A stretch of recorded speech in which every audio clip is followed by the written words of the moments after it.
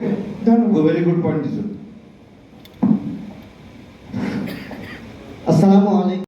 মৌলভীবাজার সরকারি কলেজের ফিলোসফি ডিপার্টমেন্টের ফার্স্ট ইয়ারের স্টুডেন্ট। তো আমি চাচ্ছি যে আমাদেরকে যদি খেলাধুলার ব্যবস্থা করে দেওয়া হতো। I'll talk to you, then আমি এগুলো সব রেসপন্স করব। ওকে, থ্যাংক ইউ। বিশেষ করে যারা ইন্টারমিডিয়েট বা যারা ইন্টারমিডিয়েট প্রথম বর্ষ দ্বিতীয় বর্ষ এরা যখন বিভিন্ন এলাকা থেকে আসে দেখতেছি সেটা হচ্ছে মাদক আসক্তি ক্ষতিকারক। যারা মাদক ব্যবসা করে তাদেরকে দেখি আমরা ঠিকই পুলিশে ধরে, আবার দেখি 1 মাস পর তাদেরকে আবারই পুলিশে ধরে। তাহলে এই 1 মাস যখন তাদেরকে যখন পুলিশে ধরে তাহলে তাদেরকে আবার ছেড়ে দেয় কি জন্য? তাহলে তো আর এই ধরনের মাদক মানুষের সেবন করতো না, আর এই ধরনের ব্যবসা হতো না। এতই ক্ষতিকার। আর প্রথম জিনিস যে জিনিসটা থেকে বাচ্চারা মাদকের দিকে যায় সেটা হচ্ছে সিগারেট। কিন্তু আমাদের এখানে প্রতিটা মুদির দোকানে সিগারেট পাওয়া যায়। এই সিগারেটটা কেন এখানে অবৈধ করা হয় না এটা আমি জানি না। তো এইটাই আমার প্রশ্ন হচ্ছে যে সিগারেটটা যদি অবৈধ করা হতো তাহলে প্রথমত বাচ্চারা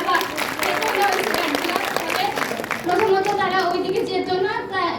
সিগারেট যদি না পেতো তাহলে প্রথমত তারা ওই সিগারেট ধরতো না, তাহলে অন্য মাদকের দিকেও যেত না। তো এটাই হচ্ছে আমার প্রশ্ন, এটা কেন অবৈধ করা হয় না, কেন এই সাপ্লাই বন্ধ করা হয় না?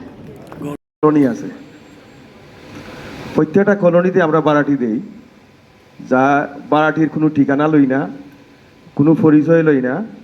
কেন এই যে মাদক, আজকে যে মাদকের কথা উঠছে, এখান থেকে বেশিরভাগ মাদকের বিস্তৃতি ঘটে। আমাদের সদরে পুলিশের সংখ্যা মাত্র 73 জন, যেটা আমি গত আইন শৃঙ্খলা মিটিংয়ে আমার ভারপ্রাপ্ত এই অফিসারকে জিজ্ঞাসা করছিলাম। উনি বললেন যে মৌলভীবাজার সদরে মাত্র 73 জন পুলিশ আছে, তার মধ্যে রাত্রে হলো 4টা টিম আর দিনে 3টা টিমে। এই যে স্বল্প পুলিশ এবং স্বল্প ইকুইপমেন্ট যেটা পুলিশের ঠলো দেয়, যেটা এটা সিএনজি দিয়া, পাবলিকের সিএনজি দিয়া তারা যায়, তারা কিন্তু ভালো গাড়ি নাই। যে 2-4টা গাড়িও আছে তাও একটা লক্ষ্য যে কোনো সময় ভাঙিয়া পড়বো বলা অবস্থা। আমি আমাদের এমপি মহোদয় দৃষ্টি আকর্ষণ বলবো যে মৌলভীবাজার সদরের পুলিশে আধুনিকায়ন করার লাগি, কিছু যানবাহন সম্পর্কে দেওয়ার লাগি। আর আমাদের যারা গার্জিয়ান আছে মৌলভীবাজার জেলার প্রত্যেক গার্জিয়ানের কাছে আমরা অনুরোধ থাকবো যে আমাদের যে বাচ্চা কাচ্চা যারা সন্ধ্যার পরে কোথায় থাকে, যদি আমাদের বাচ্চা কাচ্চারে দিয়ে আমরা কন্ট্রোল করতে পারি তাহলে যে মাদকের অনেকটা বিস্তৃতি কমিয়ে আইব। পাশাপাশি হইল কি যে আইন প্রয়োগকারী সংস্থা তো হইল পুলিশ, যারা কৌটো বইয়া ইয়ে লেখেন, আমরা যে ম্যাজিস্ট্রেট যারা, তাদের কাছে আমি অনুরোধ করবো, ওরা একজন মাদক সেবীরে আমি আমার যে ওসি সাহেব আমি জিজ্ঞাসি 10 বার ধরছে একজন যে ওভায় দরিয়া নেওয়া হলো নিলেই ফটফটি বেরিয়ে যায়, দিন 12 দিন একদিন পরে বেরিয়ে যায়, তখন আরবার ধরে একজন এই 73 জন পুলিশের মাঝে যদি একটা টিম কন্টিনিউ একজন মানে মাদক সেবীর পিছিয়ে থাকে, তাহলে বাকি যে আমার এই মৌলভীবাজার সদরে প্রায় 2,86,000 ভোটার, তো মানুষ আমরা কতজন, এত মানুষের নিরাপত্তা দেওয়া এই 73 জন পুলিশের দ্বারা কি সম্ভব, এটা আমরা বিবেচনা করতে হইব। আপনাকে একটু শর্ট করতে হবে, আমাদের অনেক কথা শুনতে চাই। যে ইনফরমেশন দিচ্ছে মানে ড্রাগ অ্যাডিক্টেড লোকজনের যে এজ গ্রুপ, এটা কিন্তু 17 থেকে বা 18 থেকে 25 এটার সংখ্যাটা বেশি, মানে সর্বোচ্চ সংখ্যা। তো আপনার কথা বলেন একদম সংক্ষেপে, কারণ অন্যকে সুযোগ দিতে হলে আমি যদি সবসময় নিয়ে নিই তাহলে কিন্তু পারবো না। তোমাদের বক্তব্য শোনার লাগে এখানে বক্তব্য শুনেছি, এখানে প্রশ্ন করেছে স্টুডেন্টদের মাধ্যমে থেকে, তাদের কাছ থেকে বক্তব্য উপস্থাপন অত্যন্ত সহজ কাজ। কিন্তু আমি কিছুদিন আগে একটা বিচারে বসেছিলাম এই ধরনের একটা মাদকের বিষয় নিয়ে।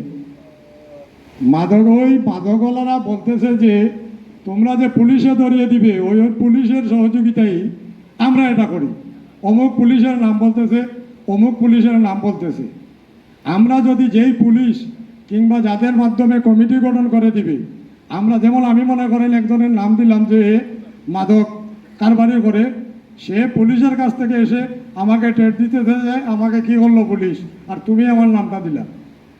আমরা যদি যারা আমরা আওয়ামী লীগের সময়ও এমপি মহোদয়ের নির্দেশে, আহ্বায়কের নির্দেশে, আমাদের জেলা এমপির আহ্বায়কের নির্দেশে আমরা সেই সময় একটা কমিটি গঠন করেছিলাম এই মাদকের বিরুদ্ধে, চুরি ডাকাতির বিরুদ্ধে আমরা সফলও হয়েছিলাম আওয়ামী লীগের শেষ সময়ের সময়।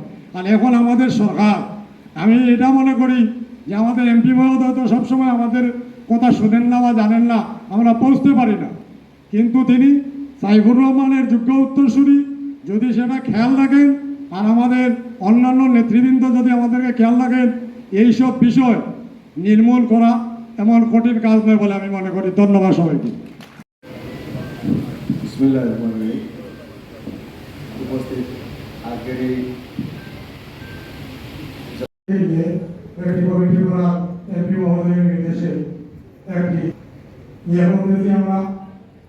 আমি মনে করি পুলিশ এইগুলোকে যদি তারা ভালোভাবে চিহ্নিত করে, সেগুলোকে যদি তারা নির্মূল করতে পারে, আমার মনে হয় পূর্ব পশ্চিম 1 কিলোমিটারের ভিতরে কোনো গ্রসারি শপ, সুপারমার্কেট, কোনো মলে সিগারেট এলাও করে না। স্কুল, কলেজ, ইউনিভার্সিটি, কমিউনিটি কলেজে এগুলো পুলিশ যখন তাদেরকে গ্রেফতার করে নিয়ে যায়, তখন তাদের তাৎক্ষণিক জামিন হয়ে যায়।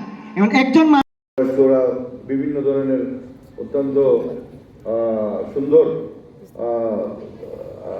তাদের মতামত দিয়ে দলের আমি কাজ করতেছি এই সভাপতি হিসেবে।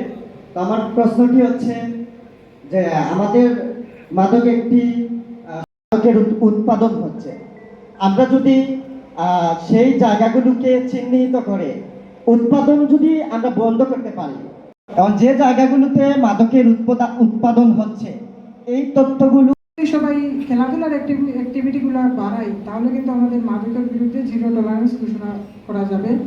আর মেইন হচ্ছে পরিবার।